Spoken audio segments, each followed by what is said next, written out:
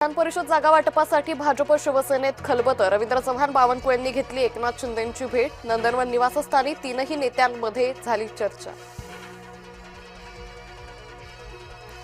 विधान परिषदेतील जळगावच्या जागेवरून महायुतीत रस्सीखेच। मंत्री गुलाबराव पाटलांकडून मुलासाठी लॉबिंग। मुलगा प्रतापराव पाटीलसाठी उमेदवारी मागितल्याची माहिती। सर्वसामान्यांना महागाईचा फटका। गेल्या 10 दिवसात तिसऱ्यांदा इंधन दरवाढ। पेट्रोलच्या दरात 87 पैशांनी तर डिझेलच्या दरात 91 पैशांनी वाढ।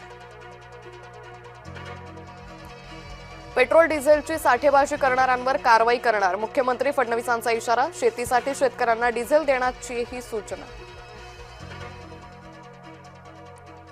इंधन दरवाढीवरून काँग्रेसची पंतप्रधान मोदींवर टीका। महागाई मॅन म्हणत साधला निशाणा। भांडवलदारांना फायदा पोहोचवणं कधीपर्यंत सुरू ठेवणार काँग्रेसचा सवाल।